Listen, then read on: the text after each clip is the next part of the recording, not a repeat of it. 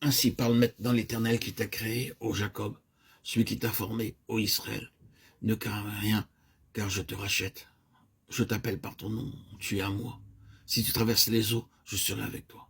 Et les fleuves, ils ne te submergeront point. Si tu marches dans le feu, tu ne te brûleras pas.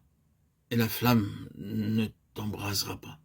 Car je suis l'Éternel ton Dieu, le Saint d'Israël, ton Sauveur. Je donne l'Égypte pour ta rançon, l'Éthiopie et Saba à ta place. Ésaïe 43, 1, 3. Vous avez ici un coup d'œil sur ce que demande le Seigneur, ce que le Seigneur attend de nous.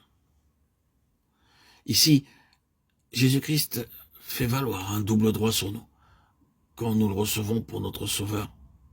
Le Seigneur est en premier lieu notre Créateur. Ensuite, il est notre Sauveur. Il nous a façonnés. Il est notre Créateur, mais il a aussi payé un prix très élevé pour nous racheter et pour nous pardonner nos péchés. Il nous est doublement précieux parce qu'il est notre Créateur et aussi notre Sauveur et notre Rédempteur. Il s'engage à nous protéger de tout mal et de tout danger, bien que nous soyons obligés de passer par bien des peines et des souffrances, des tentations et des difficultés. En effet, chacun d'entre nous, sans aucune exception, doit traverser des peines, des épreuves, des souffrances, d'une sorte ou d'une autre.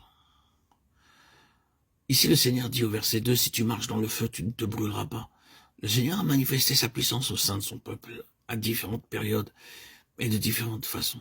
Israël a dû traverser la mer Rouge et sa sortie d'Égypte.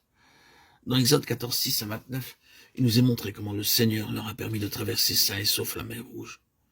En définitive, la façon dont l'ennemi nous poursuit importe peu, car ses stratagèmes sont réduits à néant.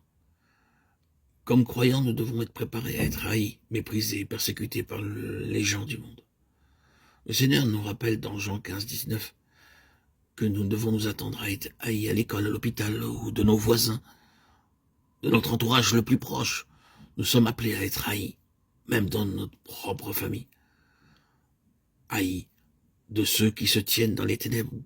Ils essaient de nous priver de nos droits, de cette lumière merveilleuse que le Seigneur veut nous offrir. Et ils ne se lasseront jamais, de nous poursuivre par une opposition farouche. Ils font partie des ténèbres. Ils sont sous la puissance des forces mauvaises. Et un jour, vous verrez l'ennemi être englouti par la puissance de Dieu lui-même. Tout cela est une histoire de confiance. De confiance. Cette assurance, Dieu vous la donne.